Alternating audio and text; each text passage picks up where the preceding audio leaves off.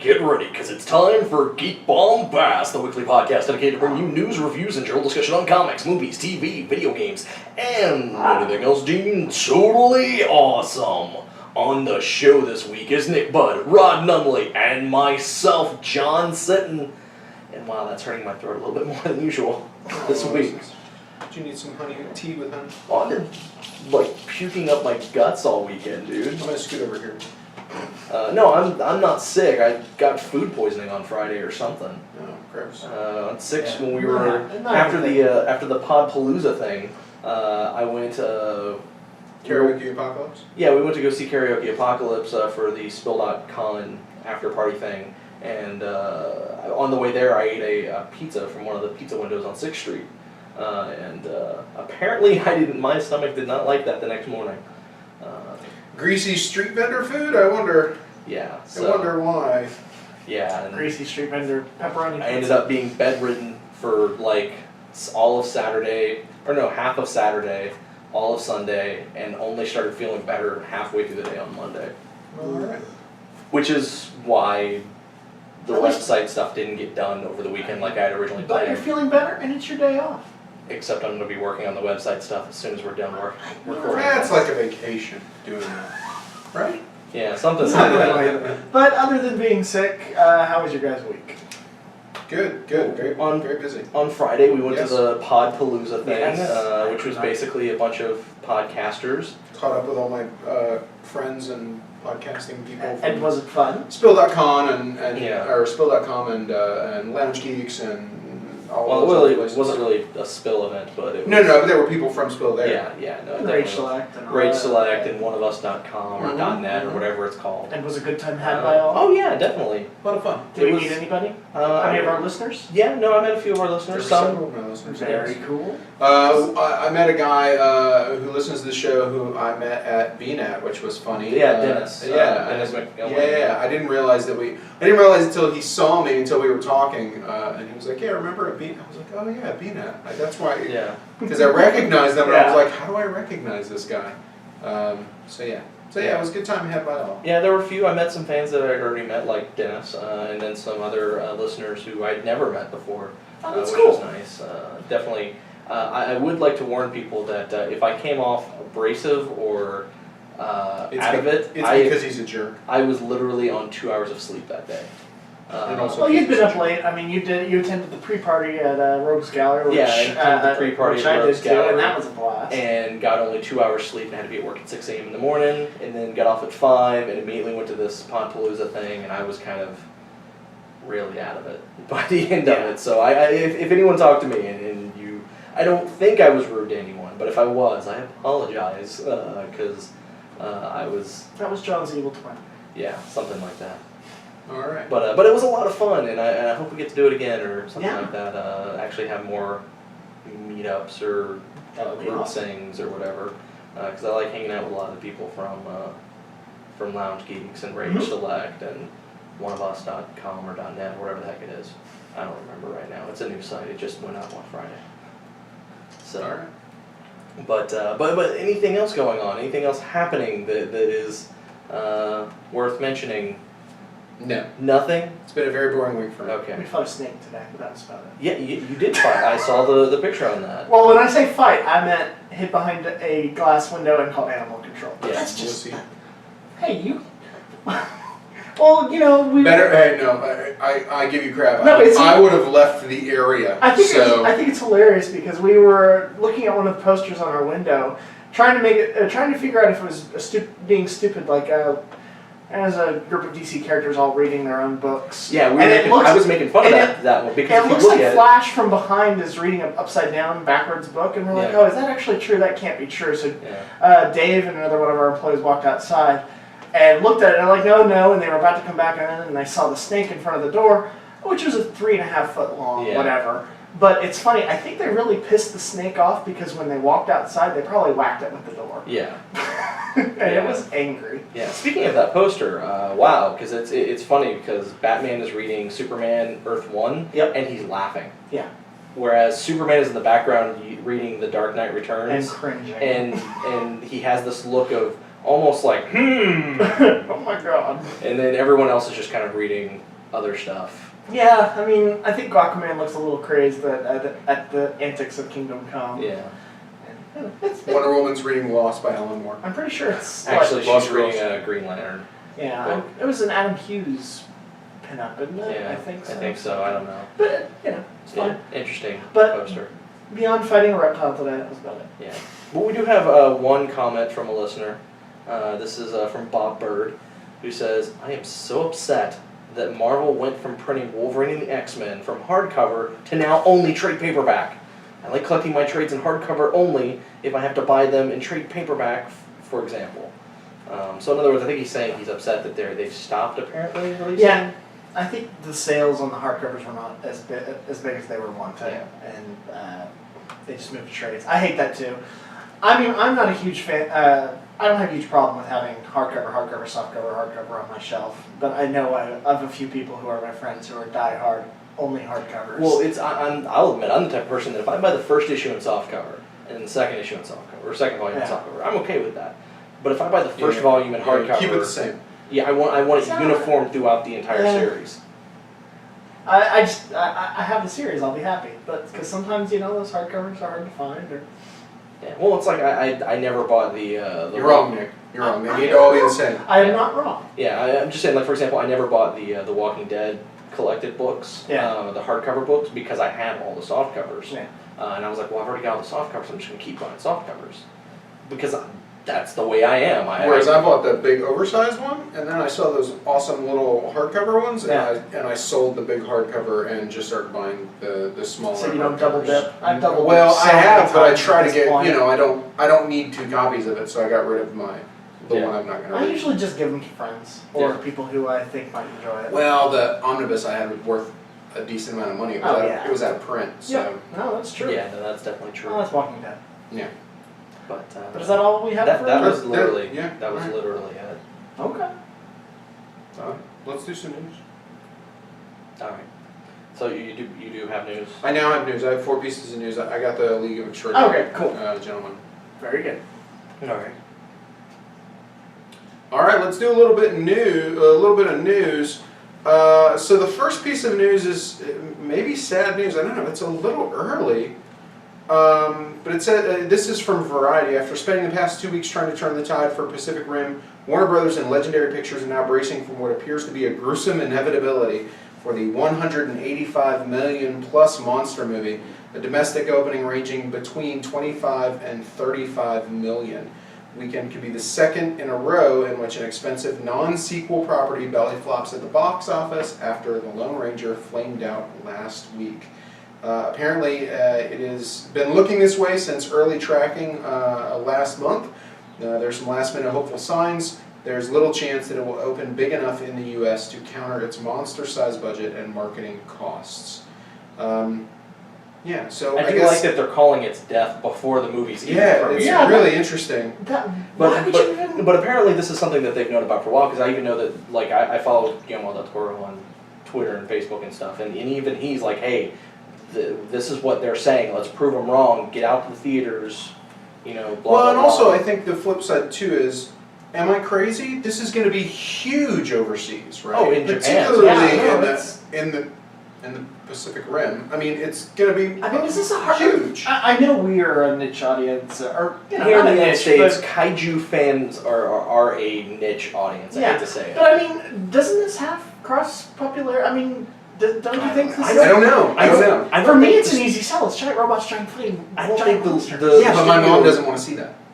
I don't think the studio knows how to market it. I honestly don't. I think they're like, oh, well, we're showing I think giant the marketing's been okay. Yeah, the trailers have been great. I think the marketing's been for okay. people who want to see giant robots fighting. Yeah, but there's no other way to sell that movie. It is what it is, right? Like, Yeah. what are you going to do? Push the love story in the giant robots versus monsters movie? No, I want to see a giant love story between giant robots and giant monsters. Yeah. That's what you should have sold. Yeah. All right. So. Well, we'll see. I mean, you're right. It's a little weird. They're already predicting its demise.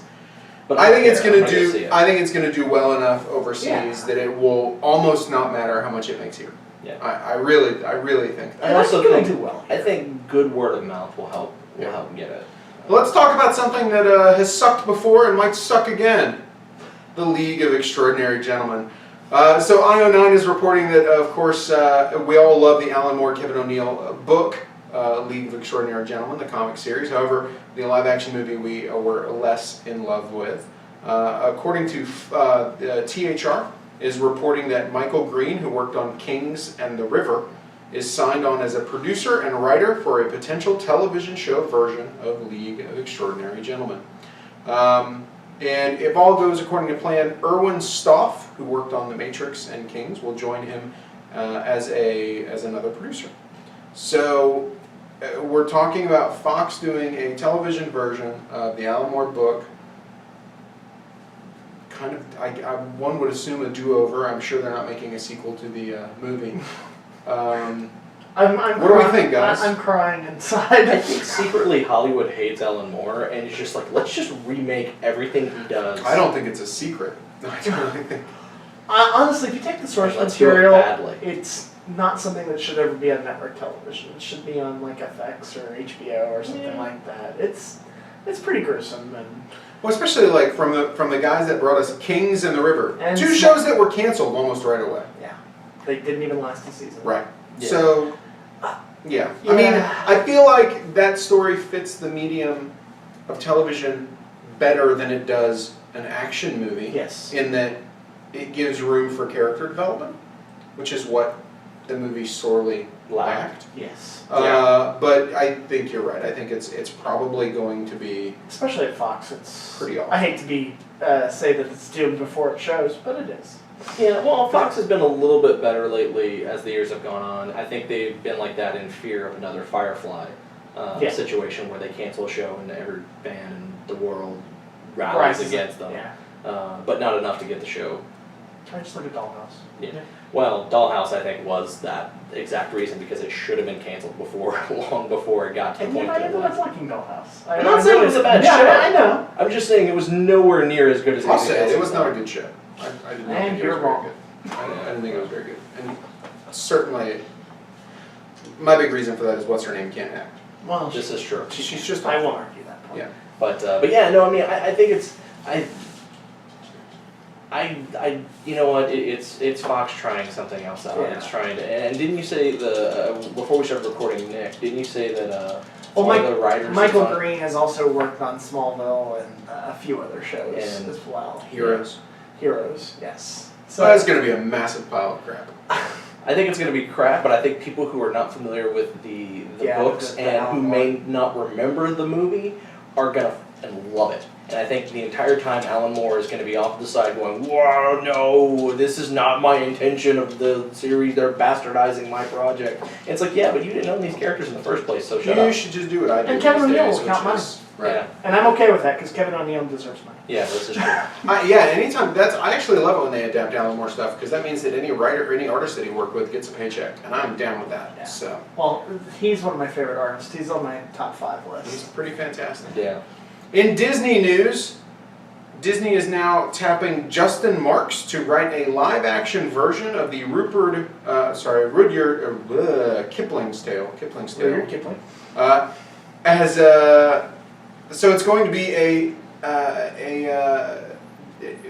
what is the Jungle Book? Sorry, I apologize. The Jungle Book. It doesn't list it on here. That's weird. It does in the. I think it's just going to be called does in Rudyard the- Kipling's Tale. Yeah, it does in the title, but in the body of the article I'm reading on Variety, it doesn't actually name the Jungle Book. That's very strange. So Marx's script will focus on Mogwai, who is raised by animals in the Indian jungle, befriends a bear and a panther, and is hunted by a vicious tiger. This, of course, will be a live-action version. Another one. The I was Jungle going to say, haven't we seen a live action? I think we've version seen of like this? 2 different live action Yeah, I'm versions. pretty sure Book. It is apparently a move by Disney because they are looking to expand their presence in India, considered by the company along with China to be one of the more active areas where it can best grow its family brand. So yeah, and obviously they've done previous live-action adaptations, Alice in Wonderland and Cinderella getting a big screen treatment. This summer, Tim Burton's Mogwai. Yeah, The Jungle Book. you know, it'll be another middling Disney live-action. Nicolas Cage as Mogwai. I'm sorry, that. I think you should be the bear. That would be awesome. Baloo. As Baloo. And last but not least, And Johnny Depp so we all know as somebody, yeah. No, As the Tiger. John's broken me a little bit on that one. So we all know that Community is coming back with Mark or Dan Harmon. Yep. Yes. Not Mark Harmon. That'd be awesome from summer school. That'd be great. And NCI. something. NCIS. I think he should come on the show. That'd be great. But that's not the news. The news is Donald Glover. Okay, so wait. Even with Childish Gambino himself. That's right. Even with Dan Harmon back on board to straighten out the ship and pull away the choppy waters of last season, it seems like Donald Glover is more interested in his Childish Gambino alias than going back to Greendale Community College for another full season. According to Vulture, they've already proven they have pretty good community sources. Glover is signed up for just 5 episodes of the next series. Yeah. So he is not coming back for the full 13, and from what I've been reading online, it is so that he can focus on his music career. It makes me Have either sort of y'all of... actually heard his music? I have all of his albums. So his albums, he's actually decent. good. Yeah. I will say it's a little weird because in his stand-up and in a lot of his comedy, he kind of presents himself as like a geeky, nerdy type character. In his Childish Gambino personality Hard or as whatever, hell. he is hardcore hip-hop rap. And doesn't really have a great hard voice. Yeah. His rapping style, like he's good. His lyrics are good. His Yeah. rhymes are good. He's good, but His presence. he's got kind of a higher tone to his voice. It's a little, almost kind of like kind of a nerdy Eazy-E. Yeah. It's hard to describe. But it's weird because it's not like nerdy or geeky or even like it's like real hard. Real rap. It's regular. There's no. It's not. It's just regular. Anyway. Like if you would listen to it and then saw a picture of him, you'd be like, no, Huh. no, that's not the same guy. That's too bad. I'm super bummed about it, and more importantly, how are you going to write that? I mean, they've become such a comedy team, him and the actor that plays Abed. It's going to be interesting to see how they figure that out. I mean, Abed's just going to go into like a coma and we'll get another claymation. Well, I look at it this way, because I mean, mind you, I've not watched any of Community since Dan Harmon left, and that had actually nothing to do with Dan Harmon leaving. It's just I don't regularly watch Community. But I mean, even at the end of that season, they were kind of already hinting towards kind of more episodes with less Troy and Abed, and just like Abed by himself, or those two characters not necessarily. That brought about evil Abed. how would you know that if you didn't see it? What do you mean? You said you didn't watch the last season. I didn't watch the last season, but the season before that. Oh. They were already. Well, they were back to being towards bosom buddies in the last that. season. Okay, wow. Well, we'll see. I mean, Whatever. I have trust in Dan Harmon. He'll make it work. they'll just replace him. Don't be racist. Don't be racist. I'm joking. All right. I don't know who That's all the news. Yeah, That's all the news. That's all the news. All right, we're done. Okay, so I need to figure out what we're reviewing. What are we reviewing? Lone Ranger. Okay, Satellite Lone Ranger. Sam. Satellite Sam. That Avengers book. New Avengers, Volume 1. Everything Dies. John, what you got? Because I've got 2 other ones I could talk about. What was the Avengers book? New Avengers, Volume 1. Everything Dies.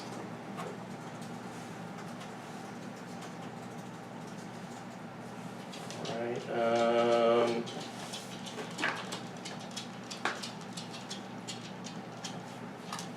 tell you in just a second. And I've also got Ghosted and The Invincible Haggard West, which I can blaze through if I need to.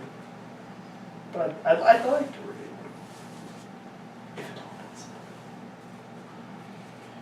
If it happens. Okay, purchases, come on. And I can talk about the Heat. The Heat.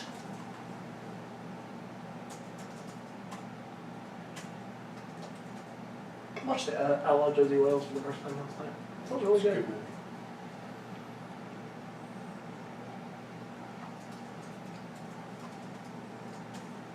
Trinity of Sin, Pandora, number I 1.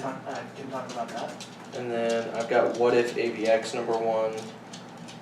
I've flipped through that. Because I'm going to go on a rant about the state of What If. I will join you. So Lone Ranger, The Heat, Trinity of Sin, Satellite Sam, What If AVX, New Avengers, Everything Dies. That's a lot of stuff. And you said you wanted to do at least one of those 2 books. Choose one, sir. Fine, The Invincible Haggard West, and I will talk about Ghosts next week. The Invincible Haggard West. Number 1. 01. Number 101. That's what it's labeled. I don't know. Really? It says 01. Oh, okay. It's Pulp Fiction. It's crazy. All right. All right, let's record. All right, I'll lead everybody, and Rod, you're gonna have 2 reviews back to back. The 2 Fine. reviews. That's fine. Rod, you have informed us that you have gone on a movie watching binge. I saw 3 this weekend. You I'm saw only 3. going to talk about 2. You're only gonna talk saving about one 2. for next week. Okay. Well, What do you got first? So let's talk about. All right. Get them. Let's be positive first. Let's Okay. be positive Oh, you're first. changing it up? Okay. So first, I want to talk about The Heat. The Heat is a Miami movie Heat? directed by Paul Feig. It is the new Sandra Bullock movie, and Melissa McCarthy, who I guess most people would know as the scene-stealing woman from Bridesmaids, or also that awful Mike and Molly television show, which I've never really watched. Yeah. Didn't see Bridesmaids? Bridesmaids is very, very funny. I've actually heard it's a really good movie. Yes, it's very, very funny. As a matter of fact, Paul Feig, that is a movie he directed as well. He directed Bridesmaids. He has directed many episodes of The Office, Parks and Recreation, Weeds. He did an episode of Mad Men, 30 Rock, Arrested Development. He was a director on, and Freaks and Geeks, which I believe was an executive producer on. I believe that's actually his show. So he's got a huge pedigree. The writer of the movie, and this is sort of important, is Katie Dippold. The reason that's important is she wrote several really fantastic episodes of Parks and Recreation. That's kind of her. She started on Mad TV, but really Parks and Recreation is where she kind of came into her own. She wrote one of my favorite ones, Indianapolis. Anyway, and that is the reason I want to bring it up. I mentioned the writer because this is actually one of those rare movies, because it's a buddy cop movie in the vein of every other buddy cop movie ever made, and I guess the hook on this is supposed to be that they're women. Set that aside. It's just a good action comedy, which is something they don't really do very well anymore. Nonsense, Tango and Cash. Was that an action comedy? Yes. I think that was just a. No, I mean, I love Tango and Cash, but was it a comedy? Yeah, really? no, they knew it. Okay. Yeah, they didn't They take did say themselves. Rambo as a pussy. Yeah, all right, fair enough. They didn't take All themselves right, seriously at all. this is and I'm thinking more along the lines of Beverly Hills Cop, the first one. No, okay. Because this is a movie that is I would say the primary focus here is to be funny.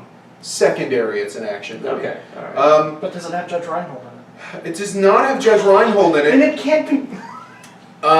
It does, however, have Biff from Back to the Future in it. Okay, I like that actor. He's a good actor. Okay. Yeah, so Tom Wilson is his Yeah. name, Thomas F. And you Wilson. said it was Sandra Bullock? It's also got Taron Killam, who is from Saturday Night Live. It's got Jane Curtin, Michael Rappaport, Marlon Wayans. Don't hold that against the movie, please. A bunch of other people. Bill Burr, the comedian Bill Burr, who you may know as the guy who looks a lot like Michael Rappaport. Anyway, so it's got a lot of really great character actors in it. Yeah. Comedy character actors. And it's genuinely funny. Okay. Now, I will say, if you hate Sandra Bullock, you're not going to like this movie because it is a Sandra Bullock comedy film, although funnier. I don't hate Sandra Bullock. I think she's America's sweetheart. I've seen Miss Congeniality. But did you see Miss Congeniality too? Yeah, I did actually. Okay, well then we'll Oh, go. sorry. We'll move on. I ran a video store. I saw everything. Melissa McCarthy is very funny, very, very funny. It's one of those things, you always go see comedies and you walk out and you go, yeah, that was funny. But if you look back, there were very few times you ever laugh out loud. 40-Year-Old Virgin, I laughed out loud. Bridesmaids, I laughed out loud. This is another one of those films. I wouldn't say it's as good as 40-Year-Old Virgin, but there are several really funny segments in the movie, not just one or two funny beats. It's got a lot of really good comedy. It's got a okay story. It's serviceable, and I really enjoyed it. So I think people should definitely check it out if you're looking for a fun comedy. It's definitely worth checking out. All right. So let's move on to. I'm gonna rip this movie a new a-hole. The Lone Ranger was fucking awful. So, I could've told you that. I will ask, how is Armie Hammer? He was fine. Okay. And, Johnny Depp? Johnny Depp was not offensive. I didn't like him, but he was not offensive. So what is so atrocious about this film? It's not the Lone Ranger. So you remember? I don't even. Okay. Are you a hardcore Lone Ranger? I'm fan? not a hardcore fan. Does but anybody I'm a know fan. his origin? Vaguely. Was his family killed? Who was killed? I don't know the. I don't know the. So I don't know how faithful it is to the original. I remember I watched a little bit of Lone Ranger when I was a kid in black and white on TV, but I'm not a hardcore Lone Ranger fan. I do love westerns, which is why I went to this film. Same here. So you remember in Pirates of the Caribbean where the first movie, Orlando Bloom was the star of the film, and Johnny Depp played the side character, and he was a side character throughout the entire movie. And it wasn't until after the movie came out that they realized he was really the guy they wanted to put at the forefront of the other films. Yeah. What they've done is they've made the Lone Ranger where they knew straight up Johnny Depp's going to be at the forefront of this film. So it is Armie Hammer's movie, except when Johnny Depp is on screen. And then it immediately becomes a Johnny Depp film. I don't necessarily have a problem with that. Had they just said, why don't we tell this movie from Tonto's point of view? Yeah. The whole film. And make him the star of the movie. I wouldn't have had a problem with that. But what they do is there's this tonal shift of whichever one of them, when it's the Lone Ranger without Tonto, he's the star of the film. But anytime Johnny Depp walks on scene, he is then the secondary character. He's the straight man to Johnny Depp's star of the movie. Johnny Depp is doing something, he's kind of doing a Buster Keaton. That's actually the thing I've been hearing from a lot of different places is that you have this movie that's supposed to be this serious, very graphic movie that is then followed up by Buster Keaton throughout the rest of the movie. Right, like he does these sort of Buster Keaton things where he's very funny and he has a couple of moments that are serious. And here's another big problem with the film. There are two origins in this movie. They give us the origin of the Lone Ranger. They give us the origin of Tonto. Tonto's origin is way better. So the Lone Ranger, they stretch his origin out. It's like it's the whole movie, right? It's him becoming the Lone Ranger over the course of the film. Whereas they do this kind of vignette thing for Tonto, and it's great. It is really. There's a moment in there where it's really good. It's well done. It's Depp kind of tones it down for those scenes, and it's a little more grounded, and it's fantastic. And then he goes back to being Buster Keaton, which I will say, those scenes are fun, and he is amusing. It's just the tone of the film is all over the place, because it's a movie that's rated PG-13, I believe. Yeah, I think you're right. There's a scene in the movie where a bad guy cuts out and eats another guy's heart.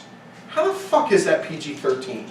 Well, if I remember correctly, Indiana Jones and the Temple of Doom is PG-13. Yeah. Well, it's fair. It's for that exact same reason. So I guess it just seemed to me to be pretty graphic for a PG-13 movie.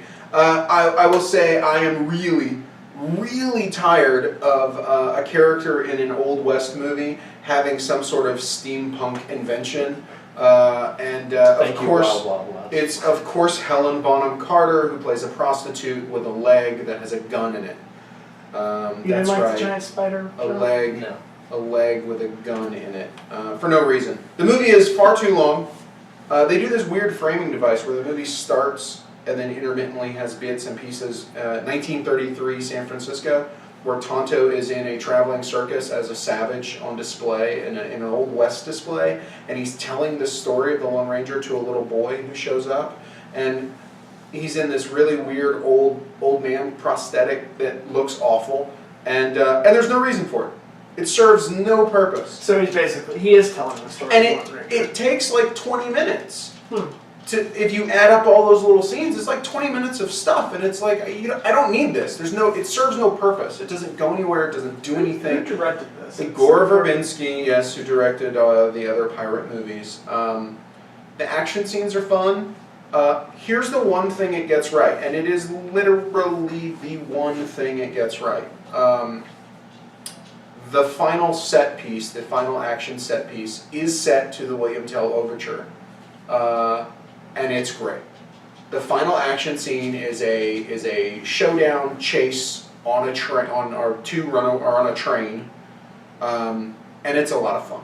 It really is, like, from the moment they start the William Tell Overture until it ends. That is a great, and it's like a 10-minute, 12-minute sequence, and it's really fantastic. A lot of fun, visually brilliant. Kind of campy and silly, of course, but by that point, whatever, that's the tone of the film. That's what they've gone with. but really, really great. So I enjoyed that a lot. Everything else took way too long to get there. You know, we could have gotten a whole lot worse, because I don't know if anyone remembers the early script versions of this movie that came out where they had werewolves in the movie. God. And they were trying to use that to explain why he had silver bullets. Literally, I feel like the people who wrote this movie went, okay, he has silver bullets. Why does he have silver bullets? Okay, well, we're not going to go look at the source material to see the source reason why. Why would you do Instead, that? we're just going to say he's fighting werewolves because werewolves are killed by silver bullets. Yeah, that totally sounds cool. And then that got out, fans outraged about it, and Disney went, yeah, let's change that. Well, and the silver bullets is right. It is melting down the badges of his dead fellow Rangers. Yeah. Here's the part that bugged me the most too. So the movie is supposed to be sort of based in reality, and the origin that they give Silver, the horse, is ridiculous. And you could have cut out all of the horse stuff, and it would have been... Apparently I remember hearing something about the horse being up on a tree with a top hat on. Yeah, he's standing in a tree with a top hat on. It is effing ridiculous. It is so stupid. They make him this mythical creature, but it's all for comedy.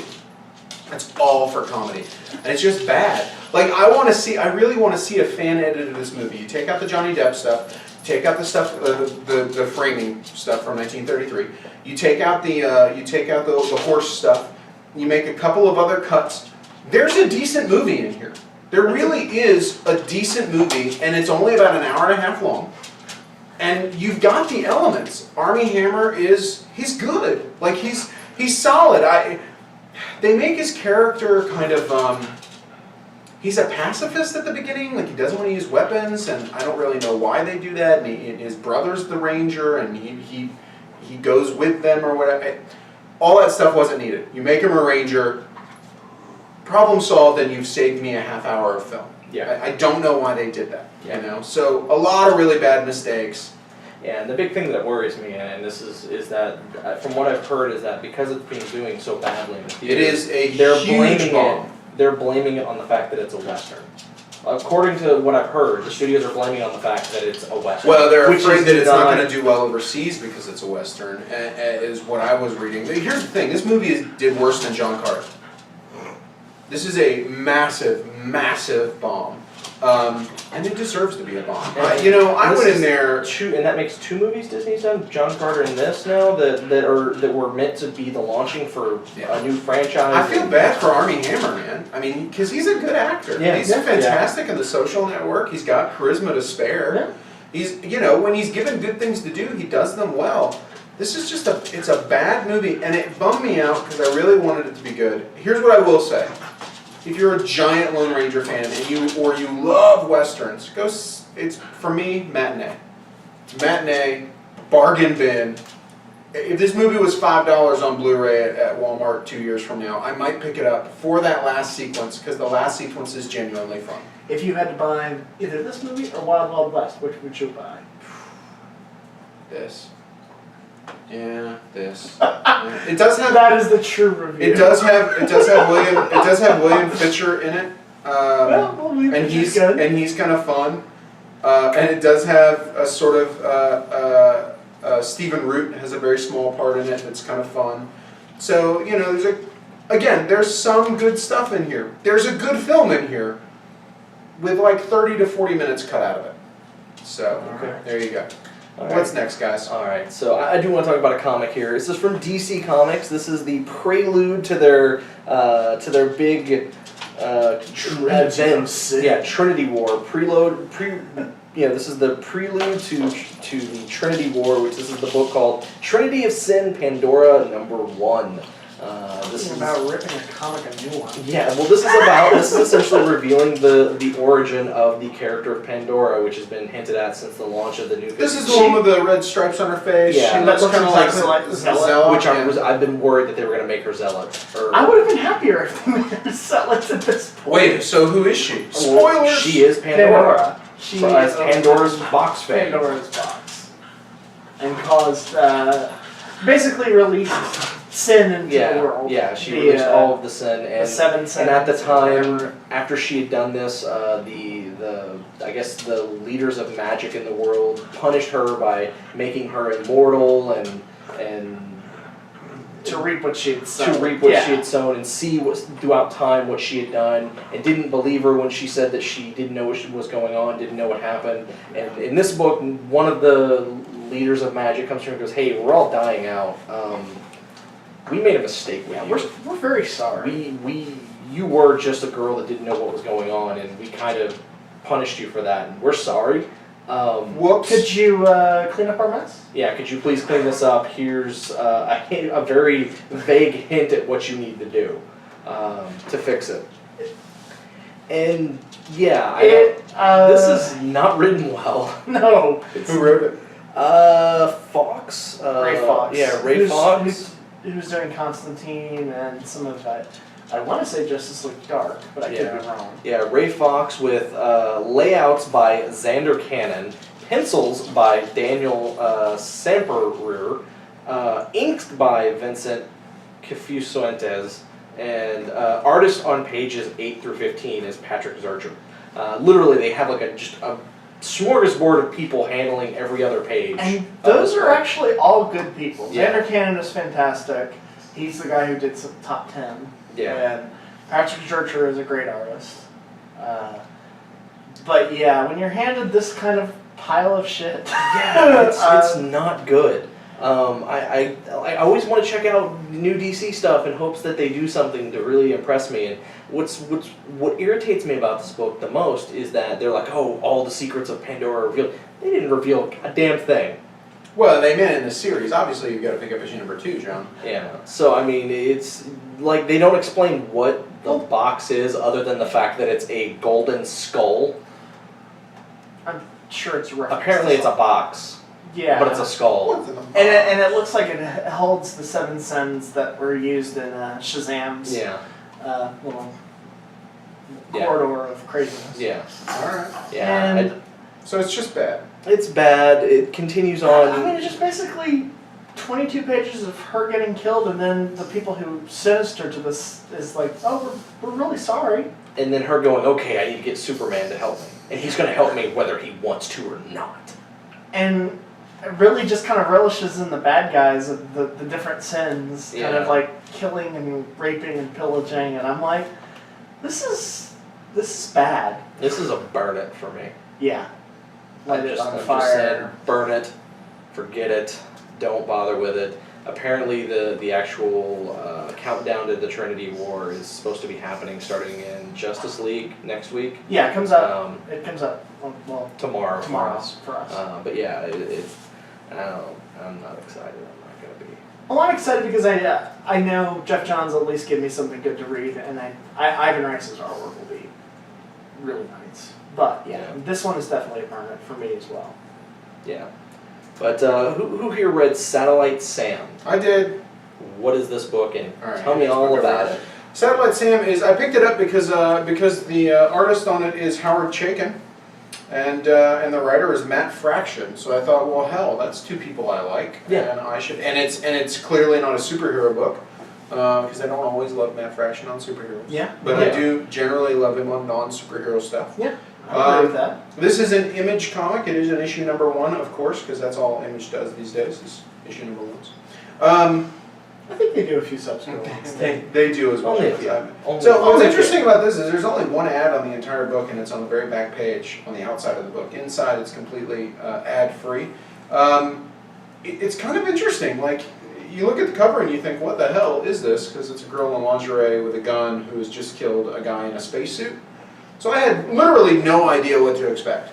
I'm assuming the guy in the spacesuit is Satellite Sam.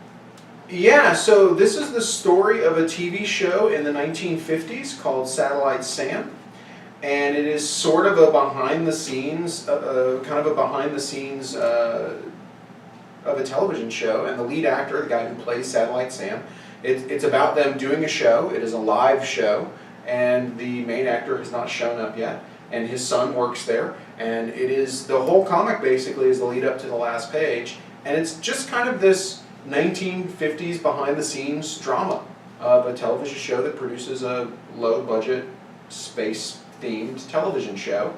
And then at the end, the hook is that the son finds out that his father has been murdered.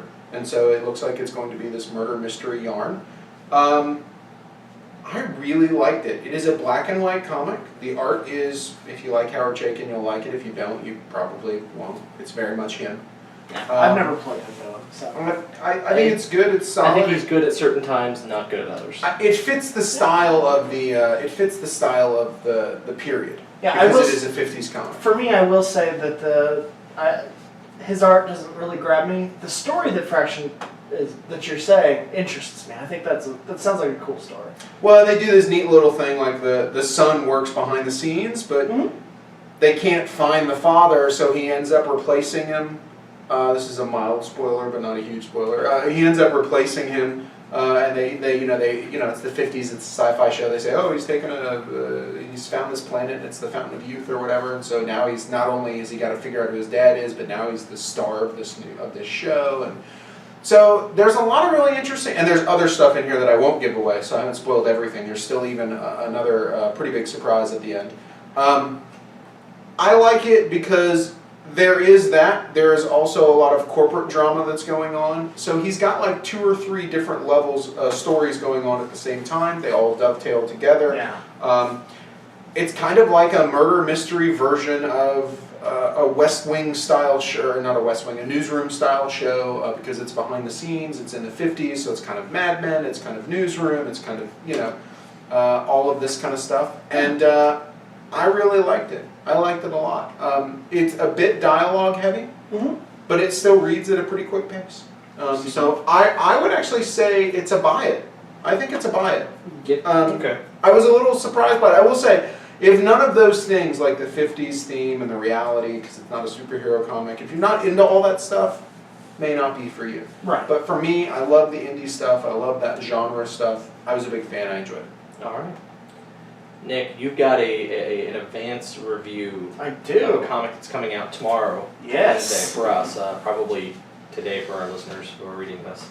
But it's an advanced review. Yes. And this is The Invincible Haggard West. Number 101. Number 101. No.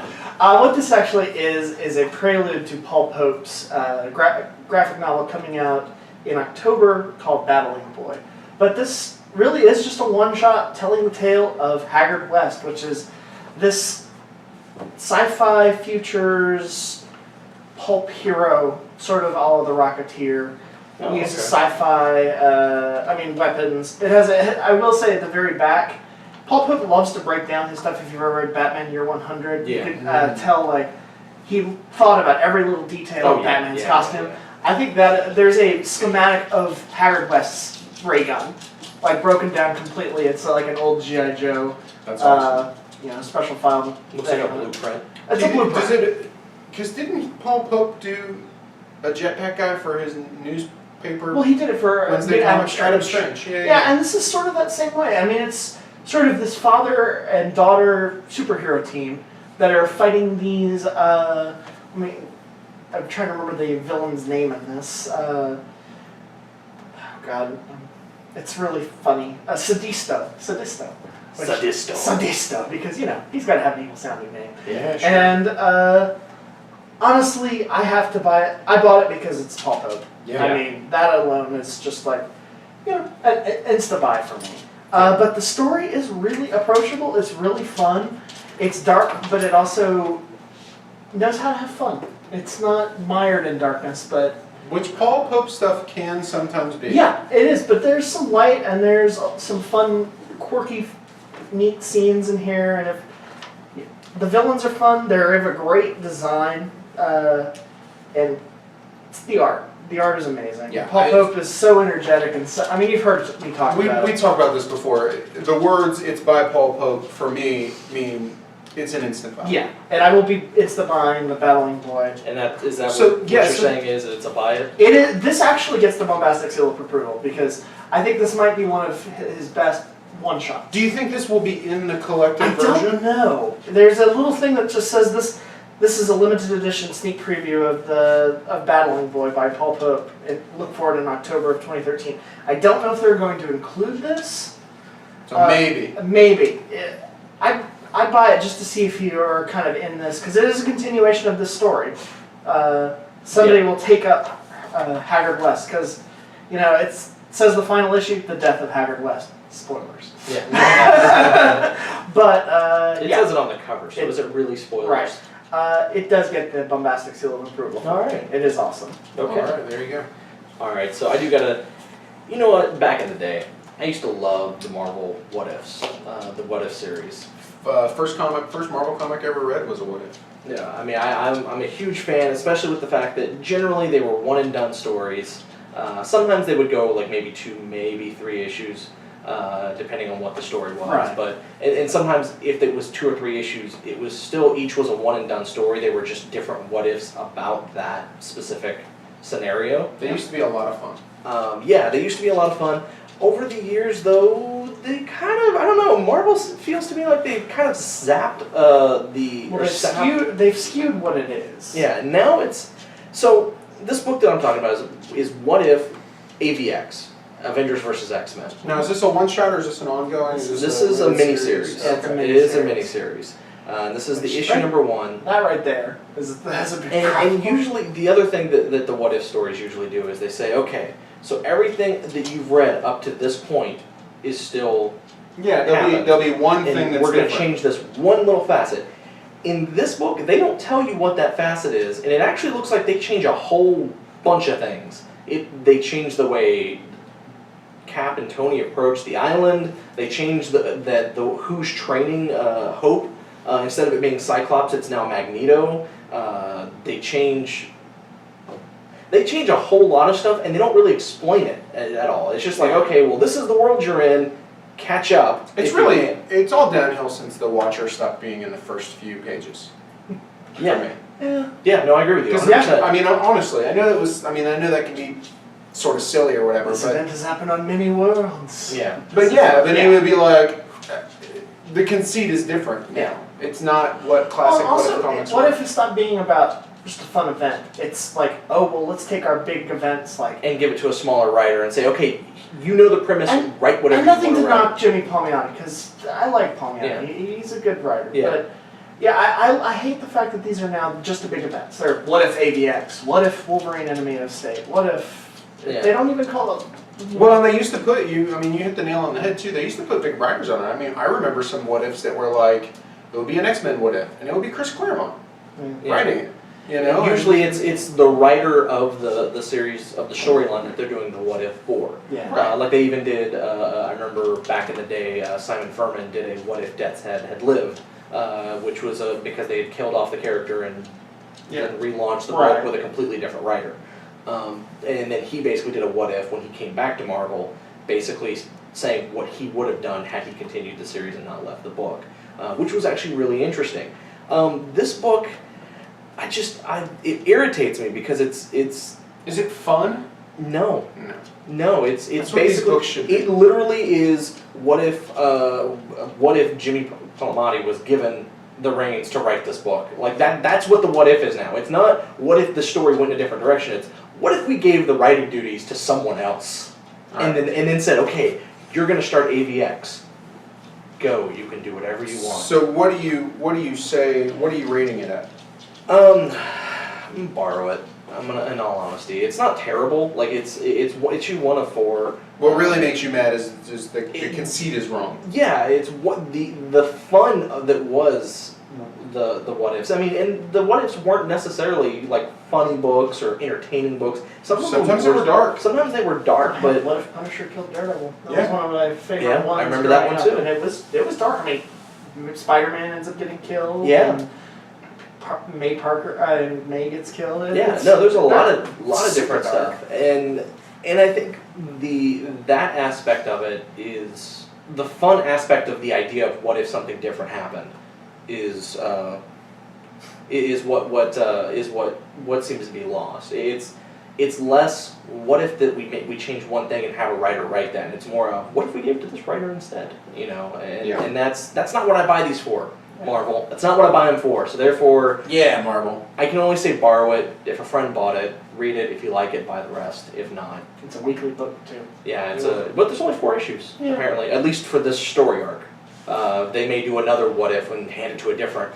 Well, because they're just doing it every time an event finishes at this point, basically. Yeah. Or a popular storyline. Oh, let's milk this storyline for another few issues. Because I'm sure they did like a What If Secret Invasion. They did What If World War Hulk. They did What If. They've done a bunch of what ifs. What if you made your what if books better? Yeah. That's a book I'd like to buy. Yeah, I'm just not. Alright, what's next? Alright, so we do have New Avengers Volume 1. Everything Dies. Yes. You read this. Yes, It's a new Everything Does Die. format. What's the book called, though? It is, yes, it's called Everything Dies. Oh, okay. Yes, Everything Does Die, which is something that, Mr. Reed Richards says in the first page. I can't remember, did you guys read the first issue of this? I did not read this. I have it downloaded on my iPad from when Marvel did their. Yes. Yes, I did. Did you like the first issue? I can't remember. I did. I wish it had been a little more Avengers and a little less just a Black Panther story. But I thought this book would be right up your alley because it's the Illuminati. That's all that is. I do love the Illuminati. Yeah, I liked it okay. To be honest with you, I probably will pick this up at some point. Yeah. We'll talk about the format a little bit. Well, let's talk about the book. I have kind of a love-hate relationship with this book. I think Jonathan Hickman's doing interesting things with these characters. I have problems with the Illuminati concept as I continue on, and it just you don't like them. I'm not a huge fan of these group of heroes having the final say for everybody. Like, the world is ending. Only these 6 people can save us. Yeah. I'm used to all the heroes banding together to stop Galactus or stopping, Thanos. And it wasn't, originally from what I understand, the idea behind it wasn't only these 6 guys can save us. It was, hey, you're the head of this area of the Marvel Universe, you're the head of this area of the world. What's going on? Is there anything you need help? Because, we can... Yeah, except for now the whole thing is that there are parallel universes that are smashing into each other, destroying each other. And the notion is that these heroes will find a way of stopping these from destroying our Earth. Okay. And it's slowly destroying them because they're realizing more and more that they're going to have to kill the other planets before it gets them. So they're going to have to end those planets. And it feels really, really dark for these heroes. But that said, there's a lot of character interplay that I really, really like. I mean, the events of AVX and what Namor did and how that affects, his interactions with Black Panther. Hickman does a really good job. It's one of the reasons I like the Illuminati. I think those characters playing against each other is almost always interesting. Yeah, no, and I will agree with that. I like that, since Professor X died, he gave his Infinity Gem and his seat at this table to Beast. It makes sense. Yeah.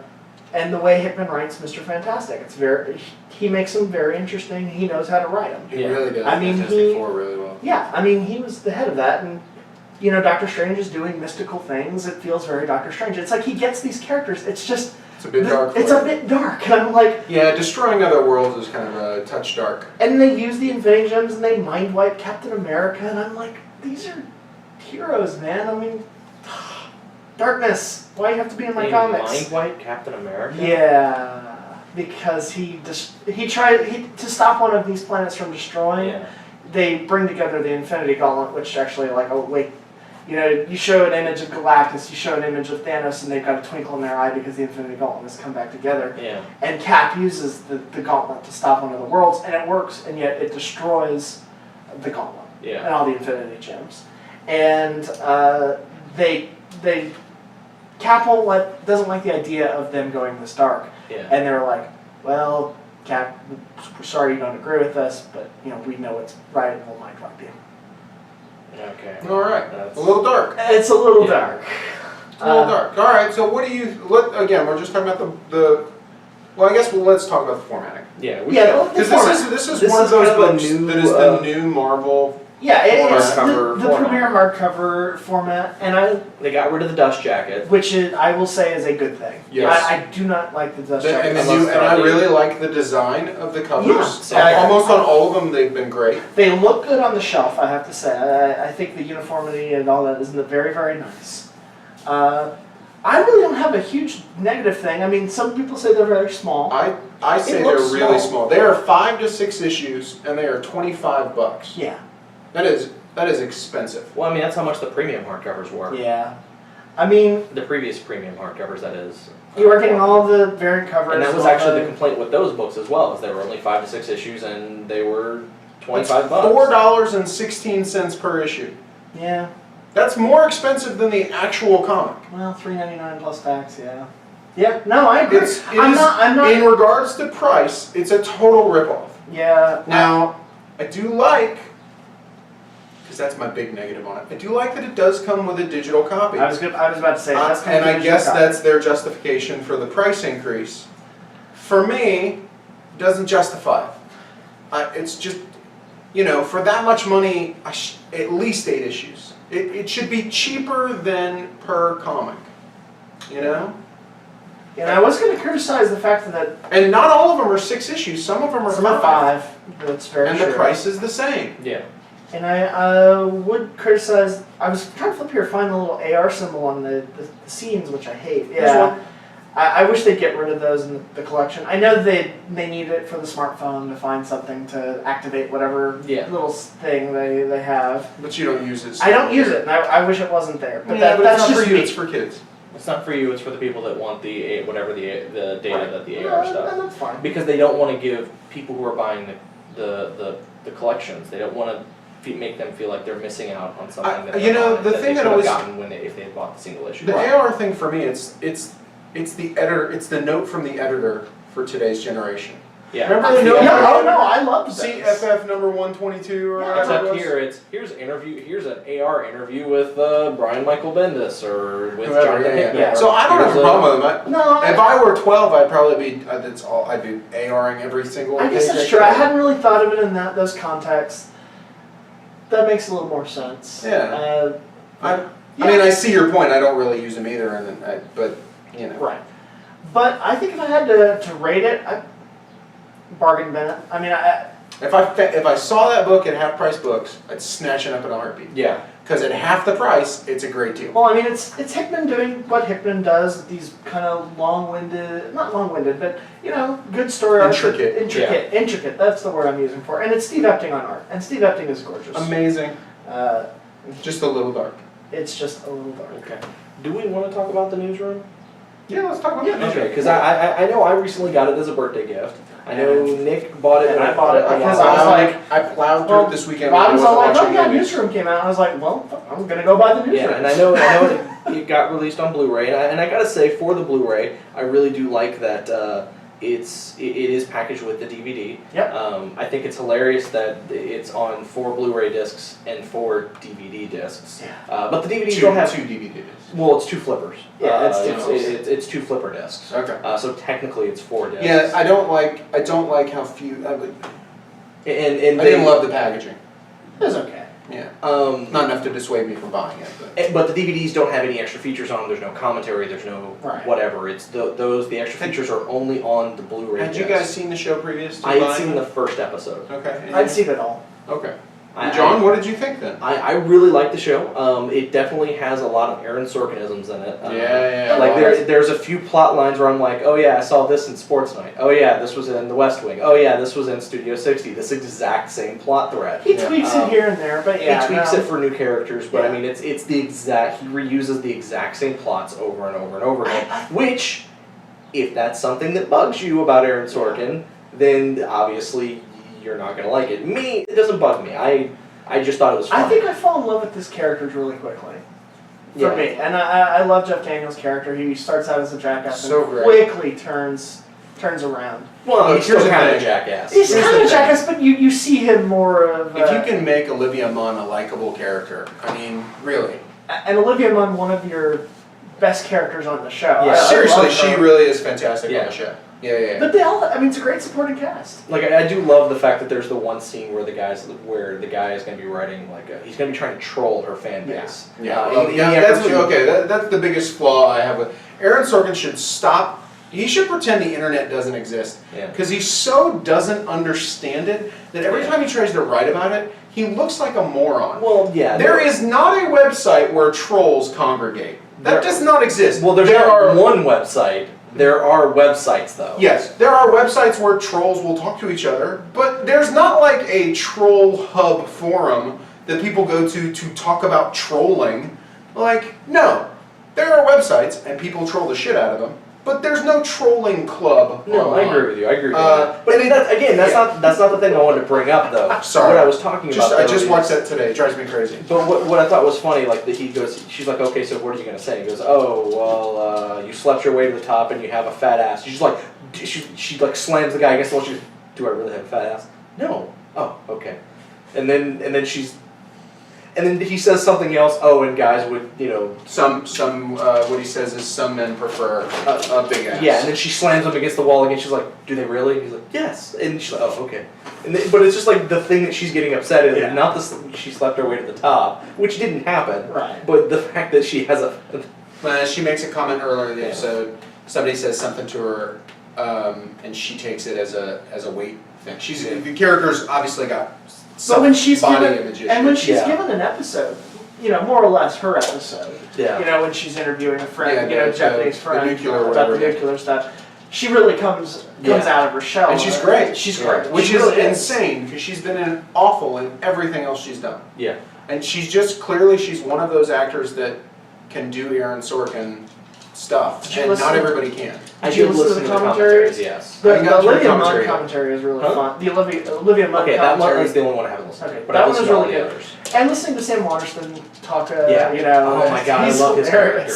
Oh yeah, he's fantastic. Let's talk about special features. It had a decent amount of stuff. It does. A small behind-the-scenes thing for every episode. Yeah, there's inside the episode for each one. Yeah. There's the round table. There is the round table discussion where it's Which Sam I like. Waterston, Jeff Daniels, Aaron Sorkin, and then the what's girl. her name? The lead female. Emily Mortimer. Yeah. Yes. Emily Mortimer. And then a producer and a director. Yeah.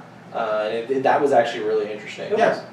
Yeah, I think I learned a lot of interesting things about editing and things like that. I really liked on just sort of the little nuances that they do for each episode and how they approach. I thought it was really great because it's probably of all the features that you get, special features, one of the more informative special features sets that you get. Like normally you get special features and it's puff pieces and this, that, and the other. I really felt like I learned something about the process of how they make the show, more so than you normally do in kind of behind the scenes stuff. Yeah. And then there's a special feature about the set, about them building the set, which is really interesting. I love that they built that. That set's cool. Yeah, it's completely built from scratch. And I think I said that the HBO ponied that up even before. I mean, for the pilot. Yeah. And then they're like, oh. Yeah. We know this is going to be successful. And the fact that the show is like everything is done at once. Like whenever they're filming a scene, like if someone is on like tape or whatever, normally they would do, this actor who's on a TV screen is by themselves, records it, and then they play it back for the actor who's supposed to act against it. But in this, they do it all. They're in like what you would imagine. They're in another part of the building, but they're still doing it live. Yeah, it's like what a television show should actually be. Right. They're actually producing the news night show while filming the show. Yeah. Their approach to all of it is the right approach. Yeah. And I have to love them for that. It comes off very much like a stage play. Yeah. And that's what Aaron Sorkin excels at. Yeah. I mean, and all these actors do too. I think Emily Mortimer is the only one on that show who was not on stage. Everyone else, for the most part, except for Olivia Munn. Yeah. All the leads, at least. They're all really great. Yeah. I mean, there's not really a bad link in it. Even the guy who's supposed to be the villain, the bad boyfriend, halfway through you end up kind of liking him. I really ended up liking him. Yeah, I ended up liking him, and even really the only villain of the show is the son of the network owner. Who just kind of stays. The episode where they all end up hurting each other and hurting themselves because they feel bad for doing whatever bad thing. I'm a big fan of the show. I will say, here's the caveat: if you're tired of Aaron Sorkin, don't get this show because it's everything he does. Yeah. Now I will say it did make me excited for the second season, which is supposed to be airing soon. Like within the next month or so. But the part of the reason I like it is because Aaron Sorkin, in every show that he's done, that has gotten past the first season, the second season is almost always better. Yes. And that's actually the thing that made me sad about Studio 60. Every show. Oh no, Studio 60. Because Studio 60 never got a second season, and I really felt like it had hit its stride at the end there. Yeah, there was a great cast. And had they been given a second season, I think West Wing was really good at the beginning. Yeah. No, I didn't like. I didn't like the female lead. I thought it was good, but I think went away. Oh, yeah. I think it was good, but I think once it hit its second season, it really Found its Yeah, I base. think, found its second, legs. I think second, third season are way better. Okay. Sports But Night, I would even say its second season is where it got really good. No, I'll agree with you on that one, actually. So for me, this is a bombastic seal of approval. This is probably the best box set TV show I've bought in a really long time.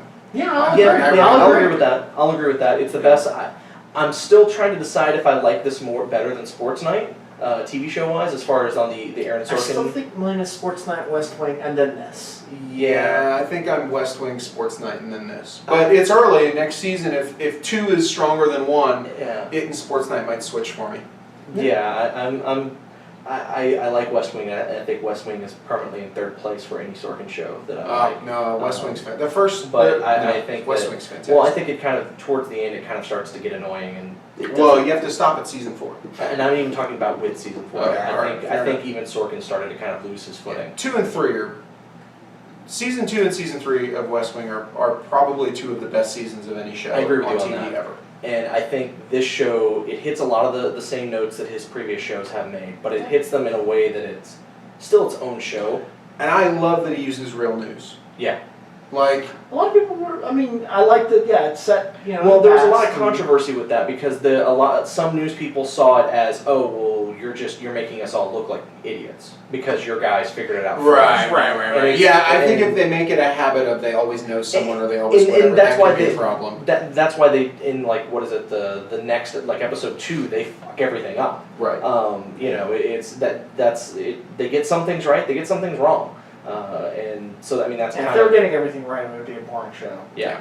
So I mean, but definitely. Boy, I love the agree.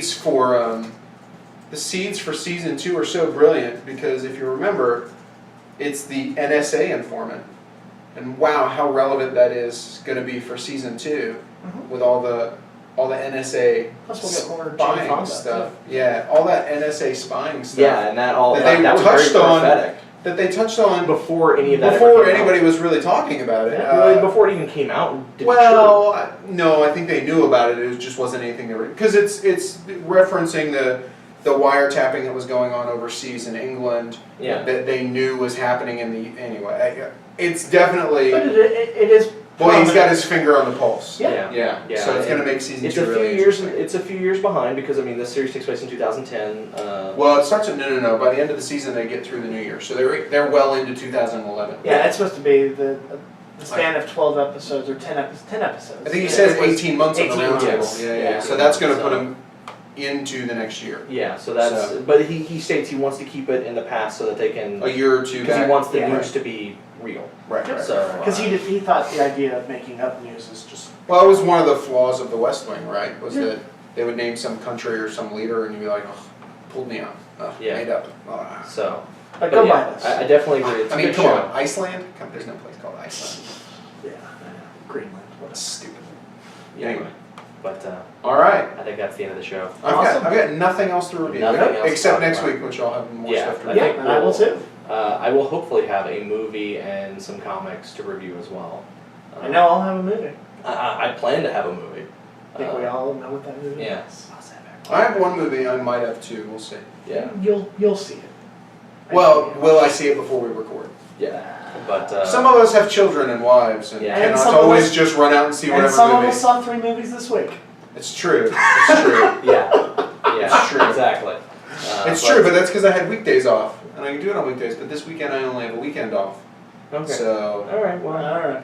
But But until then, you can go to our website, which should be fixed by now, which is Yay. geekbombast.com. I'm going to be working on it tonight now that I'm feeling better. we have Twitter. We have Twitter, at Geek Bombast. We're on Facebook, facebook.com/geekbombast.